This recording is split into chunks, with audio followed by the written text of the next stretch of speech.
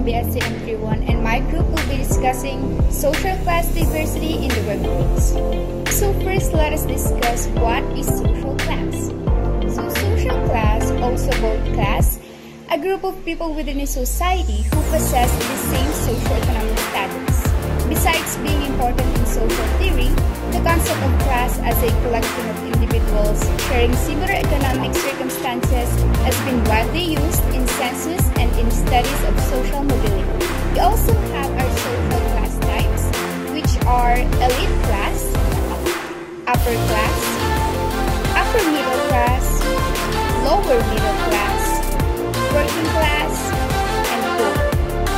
Next, let's talk how people are ranked based on their social status. So sociologists use the term social stratification to describe the system of social standing. And social stratification refers to a society's categorization of its people into rankings of socioeconomic tiers based on factors like wealth, income, race, age, education, privilege, and power. Good morning everyone, I am RUIZ from BSTM 31 and I will discuss about the social mobility. Social mobility is the movement of individuals, families, households, or other categories of people within or between the social strata in a society. It is a change in social status relative to one's current social location within a given society. There are two types of social mobility movement, which is the intragenerational and intergenerational. The intragenerational movement is the movement within one generation. For example, a person moves from one social class to another in the course of their lifetime. While the intergenerational, it is the movement between generations. From example is a person's father was a laborer and he is a teacher. The types of social mobility. Horizontal mobility is the movement within same range of prestige. Vertical mobility is the movement from one position to another of a different rank. The intergenerational mobility is the social position changes of children relative to their parents. And intergenerational mobility is a social position changes within person's adult life. Mobility is influenced by race, class, gender, and education.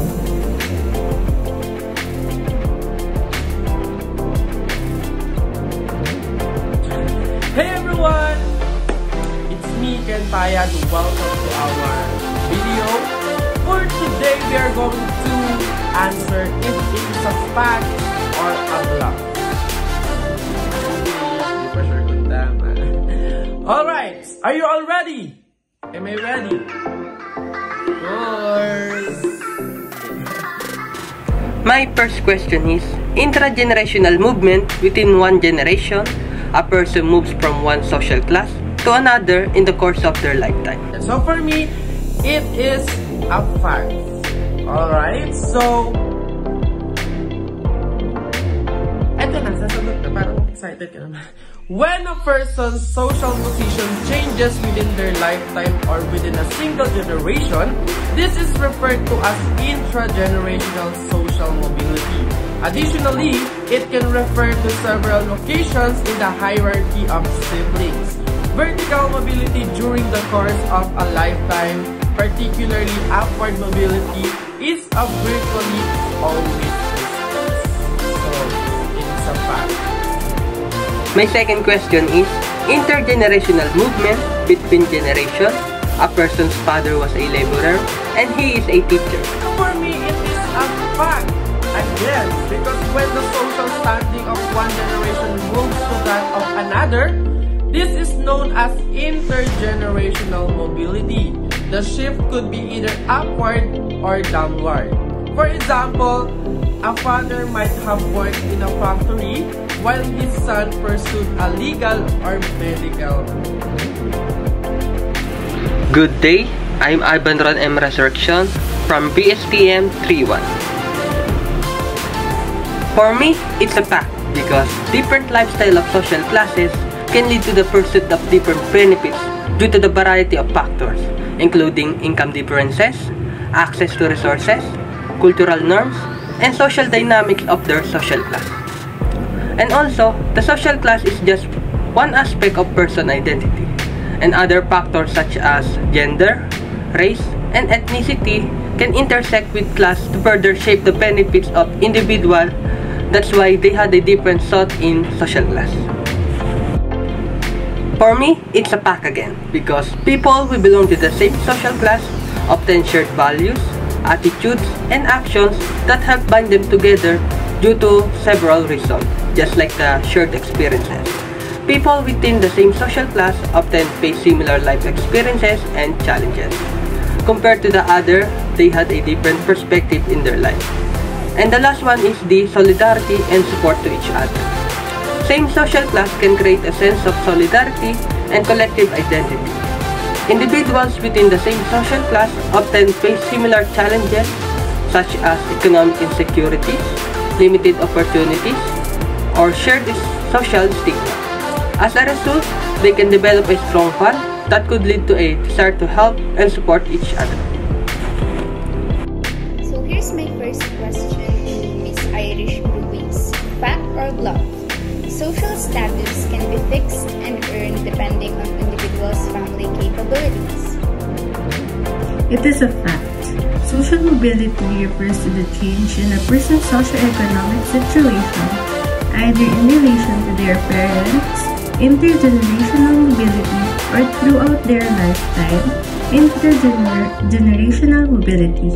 Social mobility is linked to equality of opportunity, the extent to which people have the same chances to do well in life, regardless of the socio-economic background of their parents, their gender, age, sexual orientation, race, ethnicity, birthplace, or other circumstances beyond their control. My next question for Ms. RUIZ.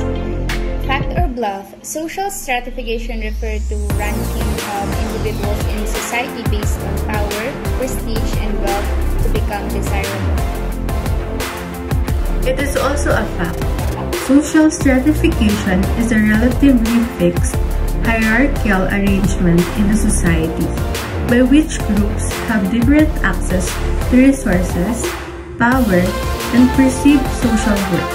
The importance of stratification is that those at the top of the hierarchy have greater access to scarce resources than those at the bottom.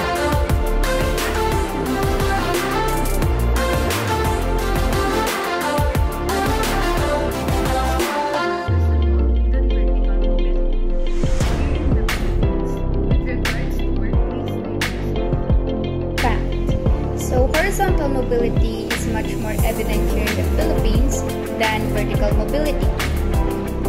First, let me elaborate horizontal mobility and vertical mobility. So horizontal mobility refers to the lateral moves or job rotations within an organization, while vertical mobility refers to the upward career progression and promotions.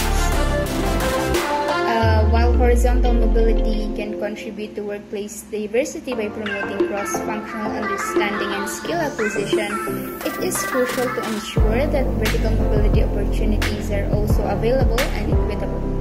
Organizations should strive to create a culture that encourages and supports career progression for employees of diverse backgrounds. These can include mentorship programs, training opportunities, and transparent promotion processes to facilitate vertical mobility and promote workplace diversity overall.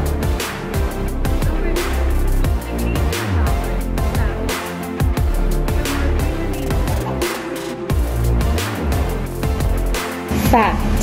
It is generally true that greater power, status, and wealth can bring about more privileges and opportunities for individuals. However, it is also important to note that this correlation is not absolute and can vary depending on various factors, including social context, systematic or systemic biases, and individual circumstances.